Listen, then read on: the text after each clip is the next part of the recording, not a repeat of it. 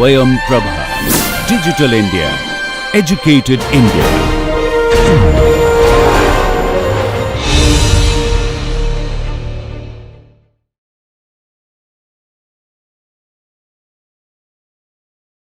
இதுவரை இந்த கோர்ஸில் வந்து ஆப்ரேஷன்ஸ் மேனேஜ்மெண்ட் சம்பந்தப்பட்ட டாபிக்ஸை பார்த்து கொண்டிருக்கிறோம். இன்னும் 2-3 டாபிக்ஸை பார்த்துவிட்டு அப்புறமா சப்ளை செயின் மேனேஜ்மெண்ட்டில் போய் அதை கனெக்ட் பண்ணி பண்ணோம். இது வரைக்கும் ஃபோர்காஸ்டிங், அக்ரிகேட் பிளானிங், இன்வென்ட்ரி 3 டாப்பிக்கை நம்ம பார்த்துருக்கோம். இப்போ வந்து நம்ம ஒரு டிஸ்அக்ரிகேஷன், லாட் சைஸிங் அண்ட் எம்ஆர்பின்னு 3 சின்ன சின்ன டாபிக்ஸை ஒரே பாடமாக பார்க்க போகிறோம். ஸோ இது 3 என்னங்கிறது அந்தந்த இடத்துல சொல்லிட்டு வரேன். எம்ஆர்பி அப்படிங்கிறது மெட்டீரியல்ஸ் ரிக்குவயர்மெண்ட் பிளானிங் அப்படின்னு பேர். இது 3 என்னங்கிறதையும் நான் உங்களுக்கு மெதுவாக இப்போது எக்ஸ்பிளைன் பண்ணி சொல்கிறேன். டிஸ்அக்ரிகேஷன், அக்ரிகேஷன் அப்படின்னா சம்மேஷன், கூட்டுதல், ஆடிங், அடிஷன், பிரிங்கிங் டுகெதர், அந்த மாதிரி அர்த்தம். டிஸ்அக்ரிகேஷன்னா அதோட ஆப்போசிட், அதை பிரிப்பது, பங்கு போடுவது அப்படிங்கிற அர்த்தத்தில் வரும். அது என்னன்னு பார்க்கலாம். லாட் சைஸிங் அப்படின்னாக்கா ஒரு அளவு அப்படின்னு அர்த்தத்தை எடுத்துக்கொள்ளலாம். அளவை நிர்ணயித்தல், லாட் சைஸிங். எந்த அளவை நிர்ணயித்தல்? எவ்வளவு ஆர்டர் பண்ண போகிறோம் அப்படிங்கிற அளவை நிர்ணயித்தல், அதனால லாட் சைஸிங் அப்படின்னு பேர். Materials requirement planning. ரிக்குவயர்மெண்ட்னா தேவை, பிளானிங்னா திட்டமிடுதல், மெட்டீரியல்னா பொருட்கள். எவ்வளவு பொருட்கள் தேவை என்பதை திட்டமிடுதல் அப்படிங்கிறது மெட்டீரியல்ஸ் ரிக்குவயர்மெண்ட் பிளானிங் அப்படின்னு வரும். ஆக இந்த 3க்கும் என்னால் முடிந்தவரை தமிழ் அர்த்தத்தை சொல்லிவிட்டேன். இப்போ ஆங்கில வார்த்தைகளை உபயோகித்து நம்ம கற்றுக்கொள்ளலாம். முதல்ல இந்த ப்ராப்ளத்தை பார்க்கலாம். எக்கனாமிக் லாட் ஷெட்யூலிங் ப்ராப்ளம் அப்படின்ற ப்ராப்ளத்தை பார்க்கலாம். இது என்ன அப்படிங்கிறத முதல்ல நான் உங்களுக்கு எக்ஸ்பிளைன் பண்ணணும். அதுக்கப்புறமா தான் இந்த ஈக்குவேஷன்ஸ் எல்லாத்தையும் பார்க்க முடியும். ஸோ இதில் நிறையா ஈக்குவேஷன்ஸ் இருக்குது. இந்த நிறையா ஈக்குவேஷன்ஸை எப்படி யூஸ் பண்ண போகிறோம், அதை வந்து வழக்கம் போல் ஒரு நியூமரிக்கல் எக்ஸாம்பிள் ஒன்றை வைத்துக்கொண்டு, இப்போ இந்த மாதிரி ஒன்றை வைத்துக்கொண்டு நம்ம பார்க்க போகிறோம். ஸோ முதல்ல வந்து எக்கனாமிக் லாட் ஷெட்யூலிங் ப்ராப்ளம் அப்படின்னா என்னங்கிறத முதல்ல பார்க்கலாம். இந்த படத்தை உங்களுக்கு பார்த்த உடனே உங்களுக்கு முன்னால் நாம் படித்தது ஞாபகம் வரத்துக்கு ஒரு சான்ஸ் இருக்குது. இன்வென்ட்ரி படிக்கும்போது நம்ம இந்த மாதிரி ஒரு மாடல் படிச்சிருக்கோம். ஆனால் இவ்வளவு ட்ரையாங்கிள்ஸை பார்க்கல. நம்ம முதல்ல பார்த்தது எப்படி பார்த்தோன்னா அதை மட்டும் வரைஞ்சி காட்டுறேன் உங்களுக்கு. நம்ம பார்த்தது வந்து இப்படி ஒரு படத்தை போட்டு விட்டு ஒரு ட்ரையாங்கிளை மட்டும் இப்படி போட்டு இப்படி போட்டு இப்படி போட்டு இப்படி போட்டு காமிச்சிருக்கோம். இப்போ இதில் நான் 3 கலரில் உங்களுக்கு கொடுத்துருக்கேன். ஒன்று நீல கலரில் இருக்குது, ஒன்று சிவப்பு கலரில் இருக்குது, ஒன்று பச்சை கலரில் இருக்குது. நம்ம முன்னாடி பார்த்தது வந்து ஒரு இது தான். இப்போ நீல கலரில் இருக்கிறத நான் வரைஞ்சிருக்கேன் சேப்பு கலரில் நீங்கள் நினச்சிக்கலாம். ஏன்னா அதே மாதிரி இங்கே 0ல் ஆரம்பிக்கிறதுனால நீங்கள் எடுத்துக்கொள்ளலாம். நம்ம முன்னாடி பார்த்தது என்ன? Production consumption model. இதை ப்ரொடியூஸ் பண்ணுவோம், கன்சியூம் பண்ணுறது டிங்கிற ரேட்டில் கன்சியூம் பண்ணுவோம். டி வந்து டிட்டர்மினிஸ்டிக், நமக்கு தெரியும். ப்ரொடியூஸ் பண்ணும் பொழுதே கன்சியூம் பண்ணுறதுனால P-D அப்படிங்கிற ரேட்டில் அது அதிகரிக்கிறது. அதாவது ஒரு 200 பண்ணுறோம், 100 கன்சியூம் பண்ணிக்கிறோம் அப்படின்னாக்க 100ல் ஏறுகிறதுன்னு அர்த்தம். இல்லை 200 பண்ணுறோம், 50 கன்சியூம் பண்ணுறோன்னா 150 அப்படிங்கிற ரேட்டில் ஏறுகிறது. அப்புறமா ஒரு பாயிண்டில் அதை பண்ணுறதை நிறுத்திட்டு நம்ம வெறுமனை கன்சியூம் பண்ணி அதை 0 கொண்டு வந்து திருப்பி பண்ண ஆரம்பிப்போம் அப்படின்னு இதை படித்தோம். இதை படிக்கும்போது நம்ம இதெல்லாத்தையும் டிரைவ் பண்ணோம். Q is equal to P 1 minus D by P, இதெல்லாம் டிரைவ் பண்ணி இந்த ஃபார்முலாவை டிரைவ் பண்ணோம். Q is equal to root of 2DC naught by CC into 1 minus D by P அப்படிங்கிறத நம்ம இங்கே கொண்டு வந்தோம். இதை நம்ம முன்னாடி பார்த்துருக்கோம், இதையும் பார்த்துருக்கோம். ஹோல்டிங் காஸ்ட் இஸ் ஈக்குவல் டுங்கிறதெல்லாம் பார்த்துருக்கோம். இப்போ இந்த கீழே நான் ரெட் கலரில் வரைஞ்சிருக்கிறதுல பார்த்தீங்கன்னாக்க இந்த இடத்துல வந்து இது வந்து இன்வென்ட்ரி, எவ்வளோ சரக்கு கையில் இருக்கும், இது ஐஎம் அப்படின்னு வரும் இந்த இடத்துல. இது வந்து டைம், காலம், எக்ஸ் ஆக்சிஸில் டைம். இது வந்து பொருள் நம்ம செய்கிறோம் பாருங்கள், ஐட்டமுடைய கண்ணோட்டத்திலிருந்து வரையப்பட்டது, from the point of view of the item. So முதல்ல இந்த ஐட்டமை பொறுத்த வரைக்கும் T1 அப்படிங்கிற காலகட்டம் வரைக்கும் இதை செய்வோம். அப்புறம் T2 இன்னொரு T2ல் கன்சியூம் பண்ணுவோம், திருப்பி செய்ய ஆரம்பிப்போம், பண்ணிட்டு. அப்போ என்ன பண்ணோம், இதில் ஒரு வாட்டி செய்யும் போதும் நமக்கு ஒரு செட்டப் காஸ்ட் C0 வருகிறது அப்படின்னு நம்ம படித்தோம். அந்த செட்டப் காஸ்ட்டை யூஸ் பண்ணியிருக்கோம். அதான் 2D C0/Cc × 1 - D/P அப்படின்னு யூஸ் பண்ணியிருக்கோம். ஒரு செட்டப் காஸ்ட்டும் இருக்குது, ஒரு செட்டப் டைமும் இருக்குது. அதை செட்டப் பண்ணுறதுக்கு நேரமும் செலவாகிறது, அந்த டைம் இருக்குது. அந்த டைமை நம்ம இதில் கொண்டு வரல படிக்கும்போது. இந்த நான் கீழே வரைஞ்சிருக்கிறத நீங்கள் இன்னும் கொஞ்சம் கூர்ந்து பார்த்தால் நீங்கள் ஒரு கேள்வி கேட்கலாம்.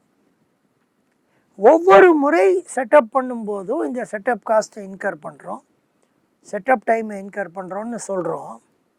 ஆனால் இப்போ என்ன பண்ணுறோம், முதல்ல ப்ரொடியூஸ் பண்ணுறோம், P-D ரேட்டில் ஒரு செட்டப்பை பண்ணி ப்ரொடியூஸ் பண்ணிடுறோம். அப்புறமா பார்த்தீங்கன்னா மெஷின் வந்து இந்த பீரியடில் ஃப்ரீயாக தான் இருக்குது. ஏன்னா நம்ம ப்ரொடியூஸ் பண்ணலை, ஐட்டமை கன்சியூம் பண்ணிக்கிறோமே வழிய மெஷின் இந்த படத்தை பொறுத்த வரைக்கும் மெஷின் ஃப்ரீயாக தான் இருக்குது. மெஷினோ ஃபேக்ட்ரியோ எது பொருளை தயாரிக்கிறதோ அது ஃப்ரீயாக தான் இருக்குது. கொஞ்ச நாளைக்கு T2ங்கிற நேரம் வரைக்கும் அது ஃப்ரீயாக இருக்குது. அப்புறமா திருப்பி அதை பண்ண ஆரம்பிக்கிறோம். அப்போ எதுக்கு இன்னொரு தடவை செட்டப் காஸ்ட்டை நம்ம இன்கர் பண்ணோம், ஃப்ரீயாக தானே இருக்குது அப்படின்னு ஒரு கேள்வி கேட்கலாம். அதற்கு பதில் என்னன்னாக்கா, நம்ம இந்த கீழே நான் வரைஞ்சிருக்கிற படமானது அந்த பொருளின் கண்ணோட்டத்தில் from the point of view of the item பார்க்கிறோம். இதையே நீங்கள் மெஷின், பொருளை செய்யும் இயந்திரம் அல்லது மெஷின், அதனுடைய கண்ணோட்டத்தில் பார்க்கும் பொழுது இந்த T2 அப்படிங்கிற நேரத்தில் அது ஃப்ரீயாக இருக்காது, அது வேறு ஒரு பொருளை செய்து கொண்டிருக்கும். அதை தான் இங்கே உதாரணமாக உங்களுக்கு 3 பொருள்களை எடுத்துக்கொண்டு, ஒரு பொருள் ப்ளூ கலரில் வருது, ஒரு பொருள் ரெட் கலரில் வருது, ஒரு பொருள் க்ரீன் கலரில் வருது அப்படின்னு கொண்டு வந்து 3 பொருள்களை செய்து கொண்டிருக்கிறது அப்படின்னு இதில் காமிச்சிருக்கோம். இன்னொன்று என்ன பண்ணியிருக்கோம்னாக்க, நீங்கள் முதல் பொருளை எடுக்கும் பொழுது T1 டைம் வரைக்கும் செய்கிறோம், T2 டைம் வரைக்கும் செய்வதில்லை, மறுபடி T2க்கு அப்புறமா செய்ய ஆரம்பிக்கிறோம். அதுதான் இந்த சைக்கிள் Tங்கிறது. இப்போ நம்ம என்ன சொல்ல போகிறோம்னாக்க, அந்த T1 வரைக்கும் ப்ராடக்ட் 1 அதை செய்து முடித்து விட்டு கொஞ்ச நாள் சேஞ்ச் ஓவருக்கு டைம் கொடுத்து, செட்டப்புக்கு டைம் கொடுத்து, அதுக்கப்புறமா ரெண்டாவது பொருள் ரெட் கலர் பொருளை செய்ய ஆரம்பித்து அதை ஒரு காலம் வரைக்கும் செய்து, அப்புறம் திருப்பி சேஞ்ச் ஓவருக்கு டைம் கொடுத்து, அதுக்கப்புறமா க்ரீன் பொருளை செய்து முடித்து, அதுக்கு ஒரு சேஞ்ச் ஓவருக்கு டைம் கொடுத்து முடித்த உடனே கரெக்டாக ப்ளூவை திருப்பி ஆரம்பிப்போம்.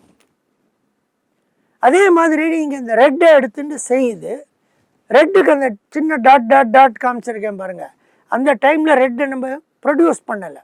ஆனால் அந்த சமயத்தில் க்ரீனையும் ப்ளூவையும் நம்ம ப்ரொடியூஸ் பண்ணுறோம். இப்போ க்ரீனை ப்ரொடியூஸ் பண்ணி ஒரு கேப் வரும், ப்ளூவை நான் இதை கரெக்டாக காமிக்கலை, ப்ளூவை ப்ரொடியூஸ் பண்ணி ஒரு கேப் வரும். அதே மாதிரி க்ரீன் எடுத்து க்ரீனை ப்ரொடியூஸ் பண்ணாத நேரத்தில் ப்ளூவையும் ரெட்டையும் ப்ரொடியூஸ் பண்ணுவோம். அதனால தான் உங்களுக்கு இந்த ட்ரையாங்கிளாக வருது. ஸோ ஒரு பொருளை கன்சியூம் செய்து கொண்டிருப்போம், பொருளை ப்ரொடியூஸ் பண்ணாமல் கன்சியூம் பண்ணி கொண்டு இருக்கும் நேரத்தில் மற்ற 2 பொருட்களை ப்ரொடியூஸ் பண்ணுற நேரம் வேண்டும். இதை பண்ணி எல்லா பொருளுக்கும் ஒரே சைக்கிள் டைம் Tஐ வைத்து கொண்டால் எப்படி இருக்கும் அப்படிங்கிறத பார்க்கறது தான் எக்கனாமிக் லாட் ஷெட்யூலிங் ப்ராப்ளம் என்பது. இதுக்குள்ளேயே நிறைய வேரியேஷன்ஸ் இருக்குது, மாற்றங்கள் இருக்குது. இதை ஒரு விதமாக பார்க்கலாம். நம்ம என்ன பண்ணுறோம், அக்ரிகேட் பிளானிங்கில் எல்லா பொருட்கள் பண்ணுறோம், எல்லாத்தையும் ஒன்று சேர்த்து ஒரு பொருளாக அதை பாவித்து அதுக்கு உண்டான அனாலிசிஸை பண்ணி பண்ணுறோம். இப்போ என்ன பண்ணுறோம், 3 பொருட்கள் செய்கிறது எப்படி செய்யணுங்கிறத ஒரு பொருள்லேருந்து 3ஆக அதை டிவைட் பண்ணி பண்ணுறோம், டிஸ்அக்ரிகேஷன். டிஸ்அக்ரிகேஷனுடைய முதல் ஸ்டெப்பு இந்த மாதிரி பண்ண முடியும், எக்கனாமிக் லாட் ஷெட்யூலிங் பண்ண முடியும். ஆனால் இதை ஈஸியாக கன்வீனியண்ட்டாக வைக்கிறதுக்காக 3 பொருளுக்கும் ஒரே சைக்கிள் டைம் கொடுக்குறோம். அந்த டீங்கிறது காமன். இந்த ப்ளூ பொருளுக்கும் ஒரே சைக்கிள் தான். அதாவது அந்த சைக்கிள் டைமை கண்டுபிடிச்சிட்டோம்னாக்க அந்த ஒரு சைக்கிள் முடிஞ்சோடனே ப்ளூ ப்ரொடியூஸ் பண்ணிகிட்டே இருப்போம். ரெட்டுக்கும் அதே சைக்கிள் டைம் தான் வரும், க்ரீனுக்கும் பச்சைக்கும் அதே சைக்கிள் டைம் தான் வரும். அது என்னங்கிறத கண்டுபிடிக்கணும். அதை எப்படி கண்டுபிடிக்க போகிறோம்? வழக்கம் போல் 2 விஷயந்தான் பண்ண போகிறோம். இந்த மாடலில் பண்ண மாதிரி செட்டப் காஸ்ட்டையும் இன்வென்ட்ரி காஸ்ட்டையும் பேலன்ஸ் பண்ண போகிறோம். அது எப்படி பண்ணுறோங்கிறது திருப்பி ஒரு டெரிவேஷன் பண்ணி அப்புறம் ஒரு கணக்கு மூலமாக அதை புரிந்து கொள்ள முடியும். ஸோ 2 காஸ்ட் வரும். முதல்ல ஒரு செட்டப் காஸ்ட், இது செட்டப் காஸ்ட், இது இன்வென்ட்ரி காஸ்ட். இந்த மாடலில் பண்ண மாதிரியே இங்கே பண்ண போகிறோம். ஆனால் 3 பொருட்களையும் சேர்த்து பண்ணுவதனால ஒரு சம்மேஷன் சைன் வருது. 3 பொருளுக்கும் சைக்கிள் வந்து சேம். இந்த சைக்கிள் கேபிட்டல் டி அப்படிங்கிறது வந்து இப்போ டிமாண்டை நம்ம நார்மலாக இயரில் கொடுக்குறோம். 10,000 பர் இயர், 20,000 பர் இயர்னு கொடுத்தோம். பியையும் இயரில் கொடுத்தோம். Production capacity so many per இயர்னு கொடுக்குறோம். அதனால இந்த கேபிட்டல் டிங்கிறது இயரில் வரும். ஒரு சைக்கிள் எத்தனை வருஷம், எத்தனை வருஷம்னா ஒரு வருஷத்துக்கு மேலேன்னு அர்த்தம் இல்லை. 0.02, 0.03 அந்த மாதிரி ஆன்சர் வரும், நாட்களில் வரும். ஆனால் இது வருடங்களில் சொல்கிறதுனால 0.0 அந்த மாதிரி வரும். ஸோ டீங்கிறது வருடம். 1/t அப்படிங்கும்போது என்ன ஆகும்? 1 வருடம். ஸோ டீங்கிறது ஒரு சைக்கிளுக்கு டி அப்படின்னாக்க ஒரு வருடத்தில் எத்தனை சைக்கிள் வரும்? 1/t சைக்கிள் வரும். இப்போ டீங்கிறது உதாரணத்துக்கு ஒரு மாதம் அப்படின்னாக்க ஒரு வருஷத்தில் எவ்வளோ சைக்கிள் வரும்? 12 சைக்கிள் வரும். ஒரு மாதம்ங்கிறது 1/12 வருடம். அதனால் 1/1/12 12ஆக மாறிவிடும். ஸோ ஒரு வருஷத்தில் எத்தனை சைக்கிள் வரும்னாக்கா 1/t அளவு சைக்கிள் வரும். ஒரு சைக்கிளுக்கும் ஒரு பொருளுக்கும் ஒரு செட்டப் காஸ்ட் இருக்குது. அதை தான் C0 ஜேன்னு இன்னொரு சப்ஸ்கிரிப்டை கொண்டு வரும். ஜேங்கிறது பொருளுடைய நம்பர். J = 1 ப்ளூ கலர் பொருள், J = 2 ரெட் கலர் பொருள், J = 3 கிரீன் கலர் பொருள். 3. அது ஒரு சைக்கிளுக்கும் 3 செட்டப் காஸ்ட் வரும். ஒரு வருடத்துக்கு 1/t சைக்கிள். அதனால இது வந்து வருடத்தினுடைய செட்டப் காஸ்ட். இது நம்ம பண்ணிட்டோம். இந்த சம்மேஷன் சைன் இந்த இன்வென்ட்ரிக்கும் உண்டு. அது நான் ப்ராக்கெட்டில் காமிக்கலையே ஒழிய அதுக்கும் அந்த சம்மேஷன் சைன் உண்டு. 3 பொருட்களுக்கும் இன்வென்ட்ரி காஸ்ட்டை கூட்டணும். அந்த பொருளோட இண்டெக்ஸ் தான் ஜே. சிஜே, டிஜே, பிஜே எல்லாம் ஜேனாக்க பொருளின் இண்டெக்ஸ். இங்கே ஒரே ஒரு பொருளை இந்த ரெட் கலர் நம்ம கீழ் சைடில் இருக்குது பார்த்தீங்களா, இதில் வந்து நான் ஒரே ஒரு பொருளை தான் யூஸ் பண்ணுறதுனால அதுக்கு இண்டெக்ஸ் கொடுக்கல, வெறுமனே டிபின்னு போட்டு பண்ணிட்டோம். இப்போ இதனுடைய இன்வென்ட்ரி ஹோல்டிங் காஸ்ட் எப்படி போட்டோம்? IM/2 × CCன்னு முன்னாடி போட்டோம் படிக்கும் பொழுது. IM/2 × CC அப்படின்னு போட்டோம். இங்கே நம்ம முன்னாடி இங்கே டெரைவ் பண்ணியிருக்கோம் பாருங்கள். IM = Q × 1 - D/P. இங்கேருந்து IM = Q × 1 - D/P. Therefore IM/2 × CC இங்கே இருக்கிறது Q × 1 - D/P/2 × CC ஆக மாறுகிறது. இங்கே காமிச்சிருக்கேன். அதை அடுத்ததில் என்ன பண்ணியிருக்கேன்? இந்த 1 - D/Pங்கிறத P - D/Pன்னு எழுதலாம். அதில் ஒன்றும் தப்பு இல்லை. ஆக இந்த Qவை மட்டும் இப்போ வெளியில் எடுத்திருக்கேன். Q அப்படியே வெளியில் எடுத்திருக்கேன்னு வச்சுக்கோங்க. Qவை மட்டும் எடுத்துட்டேன். இந்த 2ம் Pயும் கீழே இருக்குது பாருங்கள், அது ரெண்டும் இங்கே 2Pயாக வந்து விட்டது. 1 - D/Pங்கிறது P - D/P ஆனால அது P - D ஆக வருகிறது. CCங்கிறது I × C நமக்கு தெரியும். ஆக Qங்கிறது DT. ஏன் கியூங்கிறது டிடி? கியூங்கிறது எவ்வளோ ப்ரொடியூஸ் பண்ணுறோம், ஒரு பேட்சில் எவ்வளவு ப்ரொடியூஸ் பண்ணுறோங்கிறது கியூ. இதையே நீங்கள் வேறு மாதிரி பாருங்களேன். ஒரு மாதம் ப்ரொடியூஸ் பண்ணுறோம் அப்படின்னு சொல்கிறோம் அப்படின்னு வைத்துக்கொள்ளலாம். ஒரு வருஷத்தினுடைய டிமாண்ட் 12,000 அப்படின்னு சொன்னால் எவ்வளோ ப்ரொடியூஸ் பண்ணுறோம்? ஒரு வருஷத்துக்கு டிமாண்ட் 12,000னாக்கா ஒரு மாதத்துக்கு 1000. ஸோ டீங்கிற டைம் காலகட்டத்துக்கு எவ்வளவு டிமாண்ட் தேவையோ அவ்வளவு தான் நம்ம ப்ரொடியூஸ் பண்ணுறோம். ஒரு வாட்டி ப்ரொடியூஸ் பண்ணும் பொழுதும் கேபிட்டல் டீங்கிற காலகட்டத்துக்கு எவ்வளவு டிமாண்ட் வேண்டுமோ அதை தான் ப்ரொடியூஸ் பண்ணுறோம். அதனால Q is equal to DT. இது எல்லாத்தையும் இதை அப்படியே கொண்டு வந்து இந்த இடத்துல எழுதியிருக்கேன். ஸோ முன்னாடி P minus D IC DD by 2Pன்னு இருக்குது. அந்த 2Pங்கிறது 2PJவாக மாறுகிறது. சம்மேஷன் வேணும். IC DD ICJ DJ, D வந்து டீயாக இருக்குது, P மைனஸ் டியாக இருக்குது. அப்படியே வந்துடுறது. இன்வென்ட்ரி காஸ்ட் ஆனது அப்படியே இந்த இதில் வந்துடுறது. இதுதான் டோட்டல் காஸ்ட் இது ரெண்டுக்கும்.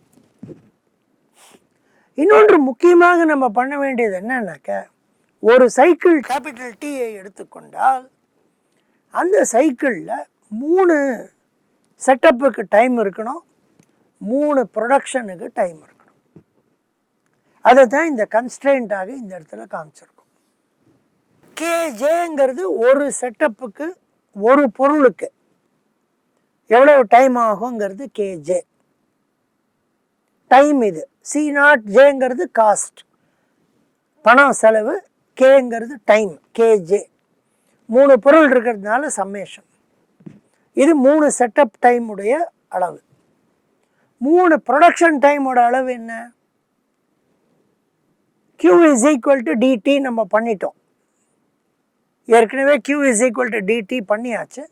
ஆனால் Qவை ப்ரொடியூஸ் பண்ணுறதுக்கு நமக்கு என்ன டைம் வேணும்? P into T1. Q is equal to PT நம்ம பார்த்தாச்சு. So Q is equal to PT, Q is equal to T capital T. அதனால டிடி பை பி அப்படின்னு வந்துடும். அது நம்ம எப்படி வருதுங்கிறத கேர்ஃபுல்லாக பார்க்கலாம். ப்ரொடியூஸ் பண்ணுற குவான்டிட்டி Q, அதுதான் டிடி. ப்ரொடியூஸ் பண்ணுற ரேட் P, அதனால் ப்ரொடியூஸ் பண்ணுற time T1 is equal to Q by P. மேலே எழுதியிருக்கோம் பாருங்கள். Q is equal to P into T1. Produce பண்ணுற time T1 is equal to Q by P. Qங்கிறது DD, அதனால் டிடி பை P. இது 3க்கும் produce பண்ணுற டைம். இது 3 கேஜேங்கிறது 3க்கும் செட்டப் பண்ணுற டைம். அது ரெண்டையும் கூட்டினா சைக்கிள் டைமை விட கம்மியாகவோ ஈக்குவலாகவோ இருக்க வேண்டும். ஒரு சைக்கிளில் 3 ப்ரொடக்ஷன் 3 செட்டப் பண்ணுறோம் அப்படிங்கிறத இங்கே ஒரு கன்ஸ்ட்ரெயின்ட்டாக காமிச்சிருக்கேன். Of course T greater than equal to 0, இது முக்கியம், நெகட்டிவாக இருக்கக்கூடாது. இந்த ப்ரீவியஸாக காமிச்ச கன்ஸ்ட்ரெயின்ட்டை வந்து கொஞ்சம் ரீரைட் பண்ணியிருக்கோம்.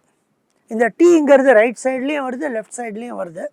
அதனால் அதை கொஞ்சம் ரீரைட் பண்ணி sigma KJ by 1 minus sigma DJ by PJ less than equal to டீன்னு ரீரைட் பண்ணியிருக்கோம். மறுபடியும் அதை மாற்றி எழுதியிருக்கிறோம். அந்த எழுதி இருக்கிறதுல நமக்கு ஒரு சின்ன லாபம் என்னன்னாக்கா, ஒரு நியூமரேட்டர் வருது, ஒரு டினாமினேட்டர் வந்துடுறது. ஆக இந்த கீழே இருக்கிற டினாமினேட்டர் வந்து நெகட்டிவ் ஆகிடக்கூடாது. So 1 minus sigma DJ by PJ should be positive. அதனால் sigma DJ by PJ should be less than 1 அப்படிங்கிறத நம்ம என்ஷூர் பண்ணணும். இதுக்கு ஒரு மீனிங்ஃபுல்லாக ஒரு எக்ஸ்பிளனேஷன் கொடுக்கணும் அப்படின்னு நம்ம நினைத்தோம் என்றால், டிஜே பிஜே வந்து அந்த values it should be such that 1 minus sigma DJ by PJ is positive. இதை இவ்வளவு பண்ணியாச்சு. இப்போ நம்ம என்ன கண்டுபிடிக்கணும்? இந்த T1 தான் கண்டுபிடிக்கணும். மீதி எல்லா வேல்யூவும் தெரியும். இந்த டீயை மட்டும் கண்டுபிடிக்கணும். இந்த அப்ஜெக்டிவ் ஃபங்க்ஷன்னு பேர், இந்த டோட்டல் காஸ்ட் ஃபங்க்ஷன் டிசின்னு காமிச்சிருக்கிற ஃபங்க்ஷனுக்கு அப்ஜெக்டிவ் ஃபங்க்ஷன்னு பேர். நீங்கள் ஆப்ரேஷன்ஸ் ரிசர்ச் படித்திருந்தீங்கள் என்றால் அப்ஜெக்டிவ் ஃபங்க்ஷன், கன்ஸ்ட்ரெயின்ட் எல்லாம் நான் நெகட்டிவிட்டி எல்லாம் படிச்சிருப்போம். இதை நம்ம முன்னாடியும் பார்த்துருக்கோம். ஜென்ரலாகவே ஒரு order cost, holding cost formula எடுத்தோன்னாக்க அதை கியூவை வச்சுட்டு சொன்னால் ஆர்டர் காஸ்ட் வந்து D by Q into C naught Q by 2 into CC அப்படின்னு வரும். ஒரு இடத்துல டினாமினேட்டரில் வரும், ஒரு இடத்துல நியூமரேட்டரில் வரும். இங்கேயும் ஒரு இடத்துல டினாமினேட்டரில் வருது டி, ஒரு இடத்துல நியூமரேட்டரில் வருது.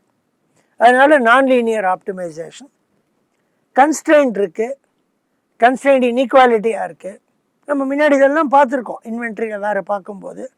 அதை குண்டக்கரில் பண்ண மாட்டோம். இதில் என்ன பண்ண போகிறோம்னாக்க கன்ஸ்ட்ரெயின்ட்டை வெளியில் எடுத்துகிட்டு யூஸ் பண்ணாமல் நார்மலாக டிஃப்ரெண்ட் கால்குலஸை வச்சு டிஃப்ரென்ஷியேட் பண்ணிவிட்டு என்ன வருதுங்கிறத பார்த்து அதற்கு தகுந்தாற் போல் செய்வோம். அது ஒரு முறை. கன்ஸ்ட்ரெயின்ட்டை எடுத்துகிட்டு கன்ஸ்ட்ரெயின்ட் சாட்டிஸ்ஃபை ஆகிடுதுன்னா பிரச்சனை இல்லை. கன்ஸ்ட்ரெயின்ட் வயலேட் ஆச்சுன்னா எப்படி வயலேட் ஆகுதுன்னு பார்த்து பண்ணுறது. இதை தான் நம்ம இன்வென்ட்ரியில் நம்ம முன்னாடி பண்ணியிருக்கோம். அதையே இப்போ இன்னொரு தடவை செய்வோம். அதை தான் நான் இங்கே சொல்கிறேன். அதாவது ஃபஸ்ட்டு என்ன பண்ணுறோம், கன்ஸ்ட்ரெயின்ட்டை விட்டுட்டு டைரெக்டாக டிஃப்ரென்ஷியேட் பண்ண ட்ரை பண்ணுறோம். இந்த டோட்டல் காஸ்ட் எக்ஸ்ப்ரெஷனை வந்து இதை வந்து நம்ம டிஃப்ரென்ஷியேட் பண்ண ட்ரை பண்ணுறோம். இதை டிஃப்ரென்ஷியேட் பண்ண ட்ரை பண்ணாக்க இந்த 1/t இந்த சிக்மா சி நாட் ஜே வெளில எடுத்துடலாம். 1/tங்கிறது -1/t ஸ்கொயராக வரும். அதை தான் இந்த இடத்துல காமிச்சிருக்கோம். இந்த டேர்மில் வந்து பார்த்தீங்கன்னா இந்த டி மட்டும், இதெல்லாம் கான்ஸ்டன்ட், எல்லாத்தையும் வெளில எடுத்துடலாம். டி மட்டும்தான் இருக்குது. அதனால் டீயை டிஃப்ரென்ஷியேட் பண்ணால் 1. அதனால் plus sigma ICJ PJ minus DJ by 2pj equal to 0 அப்படியே வந்துடும். இதை வந்து ஒரு அழகாக காண்பிப்பதற்காக இது 3 சம்மேஷன் இருக்கு இல்லையா இந்த இன்வென்ட்ரி டேர்மில், அதை வந்து ஹெச்ஜே அப்படின்னு சொல்லிடுறோம். அதை ஹெச்ஜே அப்படின்னு சொல்லிவிட்டு அந்த ஹெச்ஜேங்கிறது அதே காமிச்சிருக்கேன் பாருங்கள், ICJ DJ PJ minus DJ by 2pj.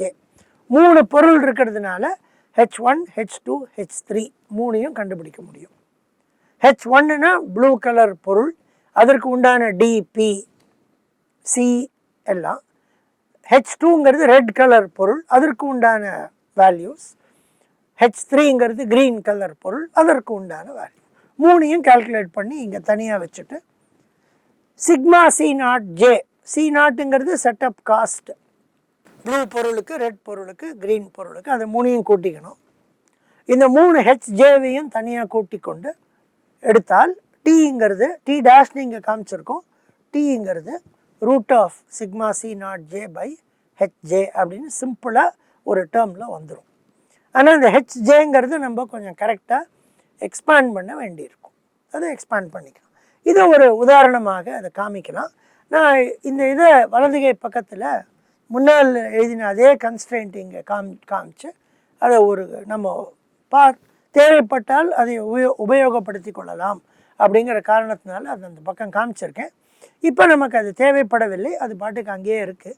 நமக்கு இதுதான் இப்போ தேவை. ஒரு நியூமரிக்கல் எக்ஸாம்பிள் மூலமாக இதை எப்படி வருதுன்னு பார்க்கலாம்.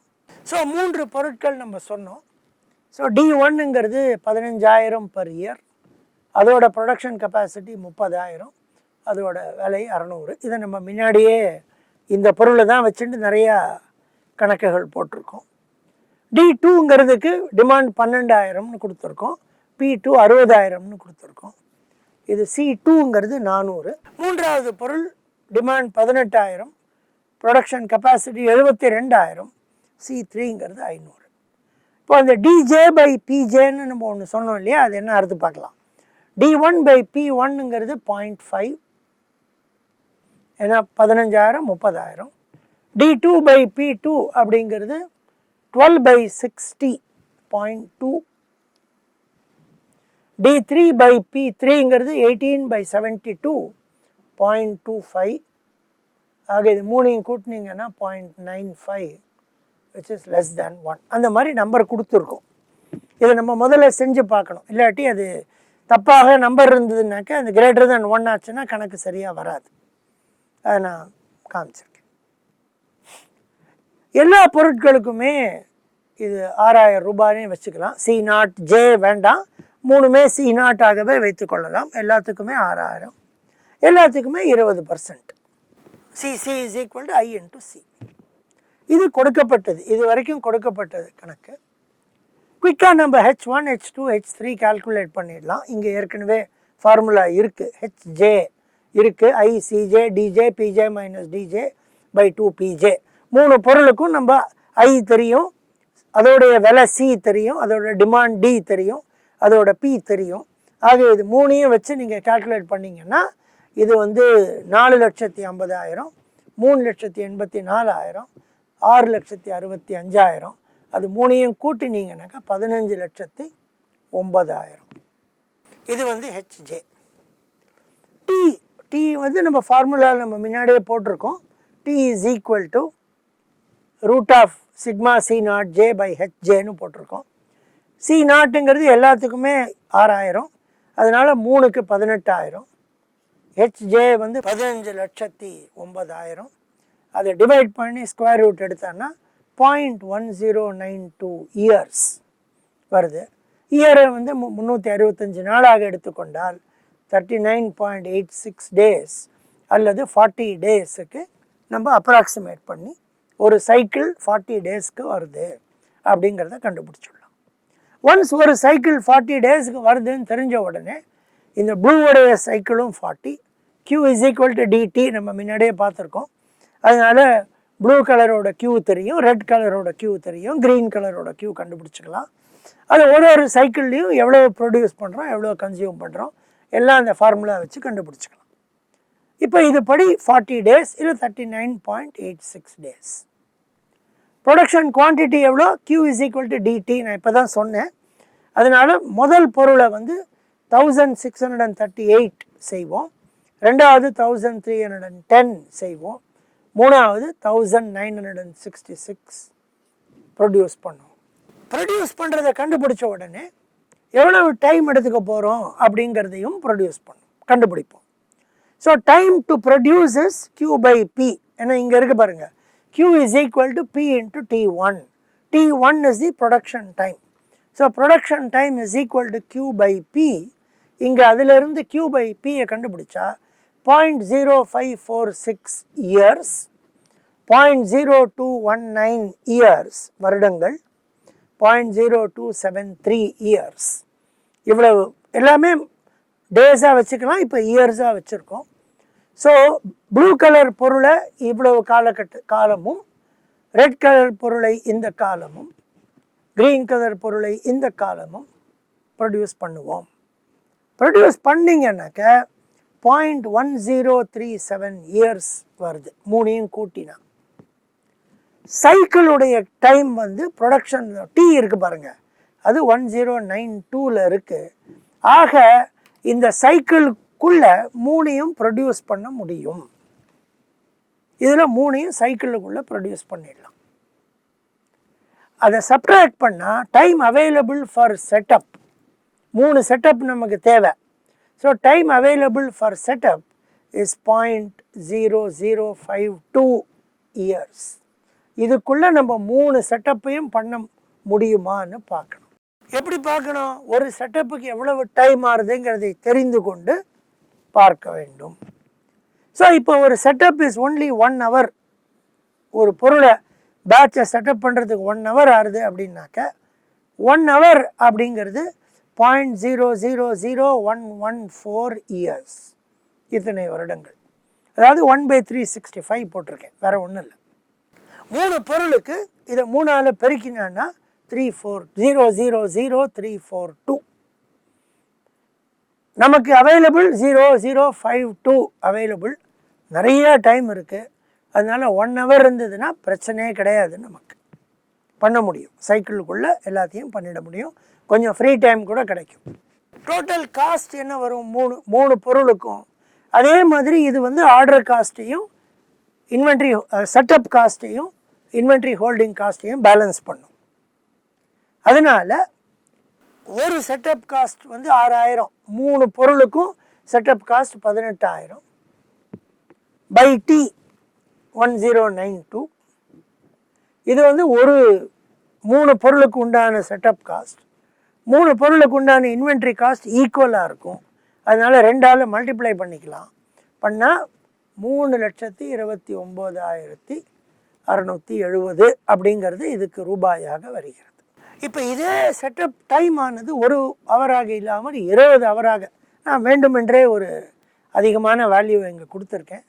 சாதாரணமாக இன்றைய காலகட்டத்தில் பொருட்களை ப்ரொடியூஸ் பண்ணும்போது நமக்கு செலவழிக்கிற செட்டப் டைம்லாம் 20 ஹவர்லாம் இருக்காது.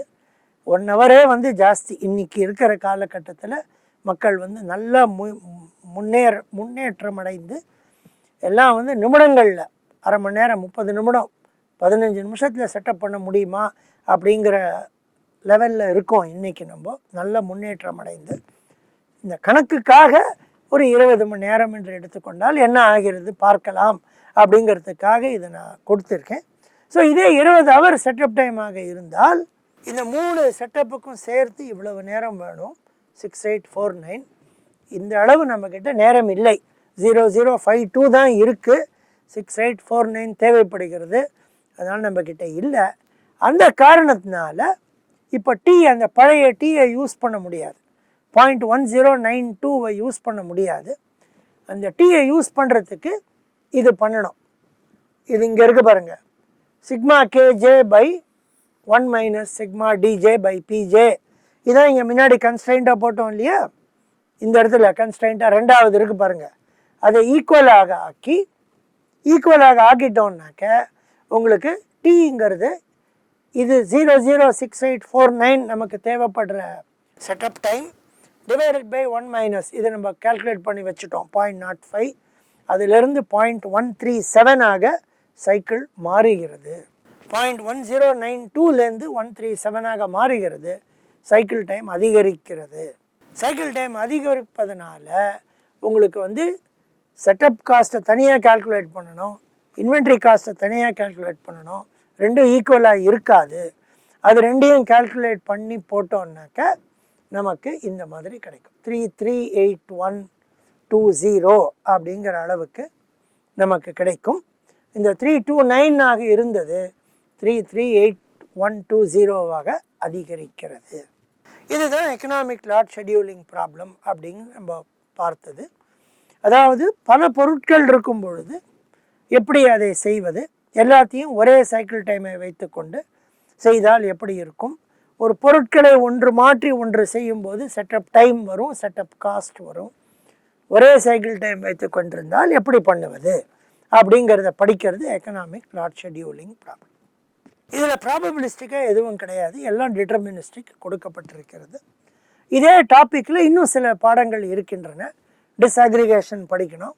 டிஸ்அக்ரிகேஷன் படித்ததுக்கப்புறமா லாட் சைஸிங் அப்படிங்கிறத படிக்கணும். அதுக்கப்புறமா எம்ஆர்பிங்கிறதையும் படிக்கணும்.